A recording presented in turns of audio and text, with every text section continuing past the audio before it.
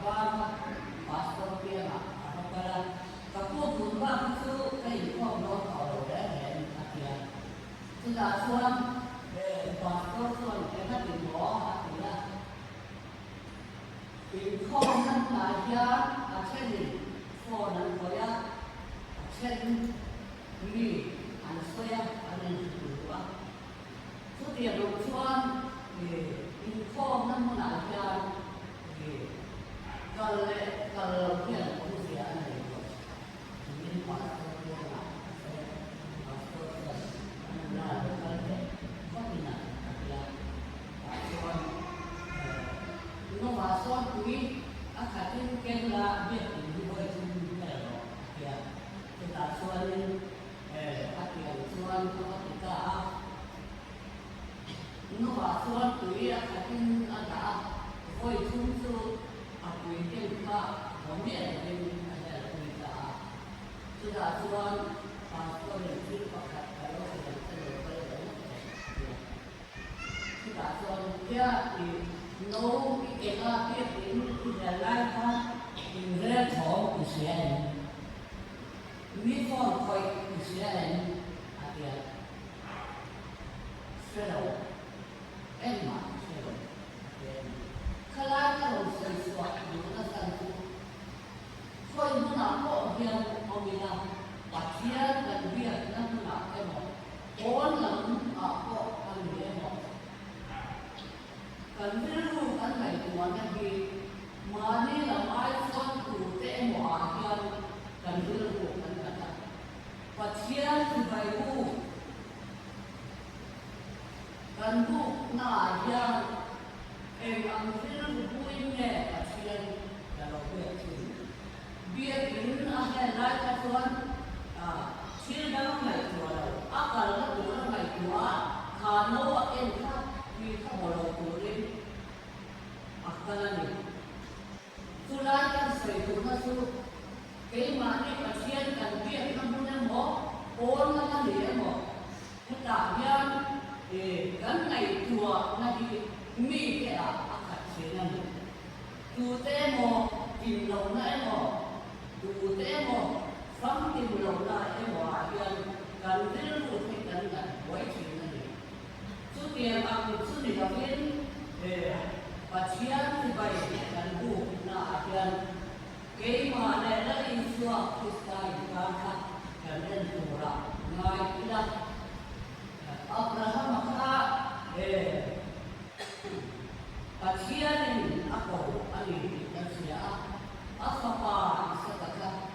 pada cerita nak kulit pasien aku anda hari kita pasien itu nale pasien bayu pura pasien ini pura kalau pun yang berat kan dia berdoa kami kita apa pasien Abraham aku nak kan Abraham takut mai musuh macam apa dari surga hal-hal filhan boleh pasien yang tak baik. Katakan Abraham masuk ambil ruang tuan kalau apa jadi apa dia lah bangsa aduan amal masuk apa apa mấy đẹp xem chung ở mà coi à nè Garam, artinya soalnya kita nak buat. Sudah tuan, Abraham makan, angai tuan nak kan, apa kan, pasien aku nak angai pun tak ni. Sudah tuan, pasien apa kan, asal kita dia di luar negeri, pasien kan tak Tuan, sudah tuan, apa harapan anda laku lain buat saya. Jika tujuan takkan pasien kita anda. Pasien di Asia, pasien kalau kita sudah tuan pasien ini. Apa ayat yang dalam kita lai thế kan sai suwa na su na chia ni ni ko na ya chia na thak tak tak ni ni ko ba ama lo so ma ni so tak tak và chia ô vấn đề tôi nói rõ cho các cậu và cho áp phản này chú cái mà mình gắn mình để chỉ anh ấy thì các bạn chia tôi nói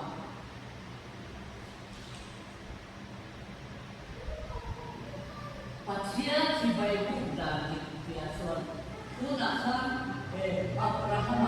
là sẽ cả khác và chia cổ nó áp sản là hàng ở đâu cũng không này số tiền làm son và chia thì vậy là cũng là cái cho xuống cái số là cái để nuông để điểm nó ở chỗ này sẽ ông đi để gần ta là mình số đa số và chia thì vậy gần vụ số số tiền mà người được số gần vụ anh ai là atau và số để và chia thì tiền người cái số thì vậy vụ tu đủ tiền để sống chỉ là gì thì phải xét ta coi mới là sẽ rồi nó có là xảy ra là khác để ra là cái này để phát triển xã hội để đi ra sẽ được sự vậy là một số này để bỏ ở đây ra tại gia đình để phát triển sự vậy là một là xuống đi ra sẽ có thành tựu hàng ngày thì là thành tựu lần bài phát triển sự để đưa cuộc sống của mình cái sao nó sống sống mình mà mình có thể aso sống và chia ắt thì vậy của đến để mình có vấn đề thì ta cần chia coi nữa chú làm xuân hay chúng ta có vẻ làm xuân cái này sống nó có hoàn nó có hóa sản nó cứ sắp cái bộ còn có gì ở cái lô này của nó sẽ có buổi sáng tắm ăn Amal waktu kajian rindu kan dina, kajian tu cara kita kita siapa itu kan dina di kajian lalu kita mungkin tu dia akan punya ada muncul suan kajian kajian kita asal suan asal asal andong si ane kita siap aku yang mau kayak asal sama ni suan sợi dối ra ở đây mấy sợi thì anh ấy cái đại gia này anh tổ cái là số phát triển thì vậy gần bộ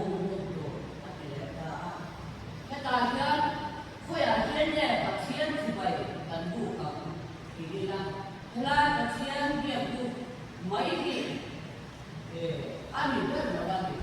thế là số nó không biết thì nhá gần tăng khó mà đây rồi thế bahwa kajian dan dia amal waktu kasuan kajian sibai dan buku nama dan ini semua ada office dan dia mau masuk mi dan dia mau koi mana omida cái mà đi là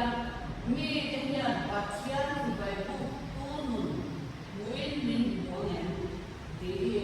mani cái gì rồi coi nữa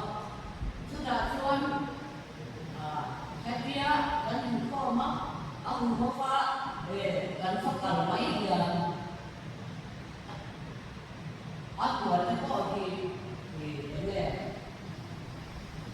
gần sẽ cút thì gần mà làm chuyện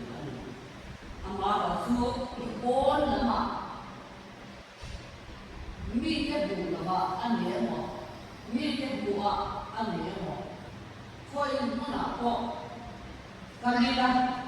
ôm ra bắt chia thì phải gần bùa là muốn là biết mà bắt chia thì tôi là tất bùi mi bùa là gì bắt chia thì phải bùa tất bùa là mi cái mình bùa là gì thì mani dan ini apa yang kita siap kan ini nanti từ nay con để nó họ cô phần lệ nó mò có những cái cái này rồi nó chỉ sẵn sàng thành là có mấy chú mấy chú ăn được không gắn mừng tôi nói là gắn mừng ta thì đây là tôi nói mi cái tuần mà đi con không có luôn cà phê em bảo có cái mà đi có cái gì cũng đấy thôi ama là chúng đi cái lỗ mình lâu đủ nó đàn sâu cả thì em ăn mũi nè mình đủ thì thế cắn cùng làm sao khi cắn này của phố tôi nói ở hiện tu thì sĩ về tiền đó là không về mình thế về thì có chết cái lỗ cái có anh đi làm sao chung gì nó cần có ông cái xuân anh mà anh em bốc cái khăn cần có ông này thì chung muốn nó cần ông nó muốn là có xuân về và chiên thì về tu núi kan mga sudah soal pasien sebagai tu muin min tu kali hai surong bo tu tak ani dia miten min tu ka apa yang ber su ani dan ang kota bo tu kali ka agar pun kita siap apa yang si bayi tu te Buddha di kelompok Bible ada tak kan kembali. Amo sabun baik kelompok pasien di bayan Buddha tak ada kelompok. Ini form bui usul dan sama ni. Ini amo sabun ada kelompok ni. Kam anton boleh semua kelompok.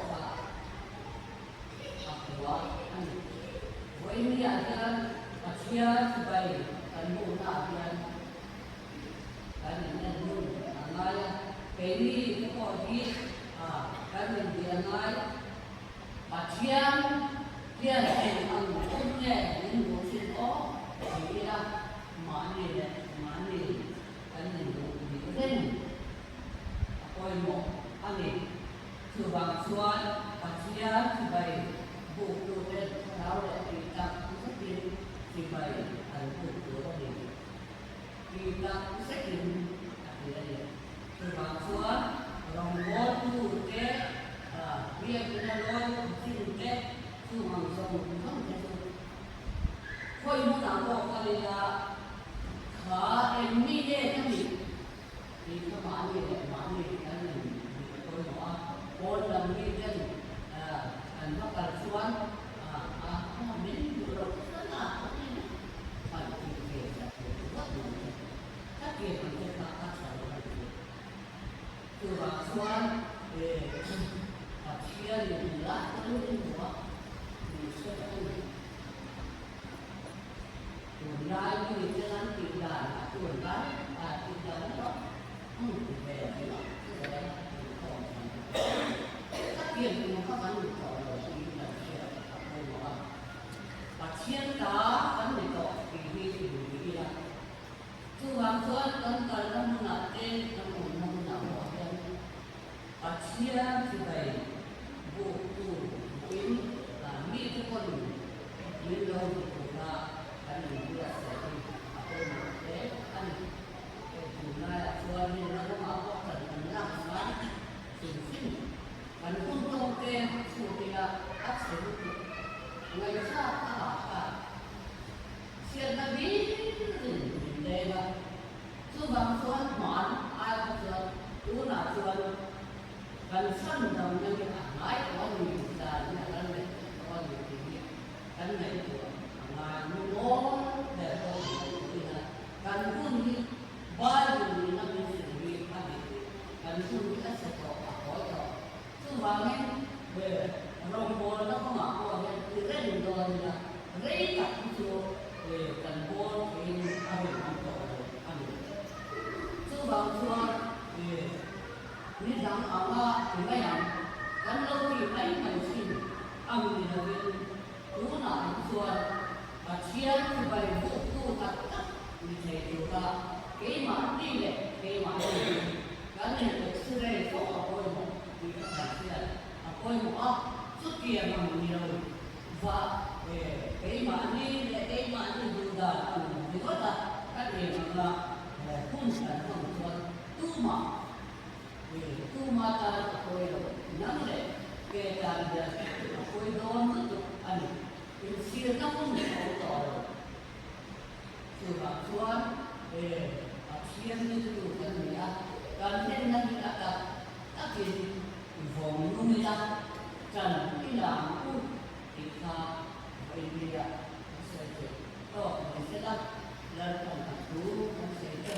malu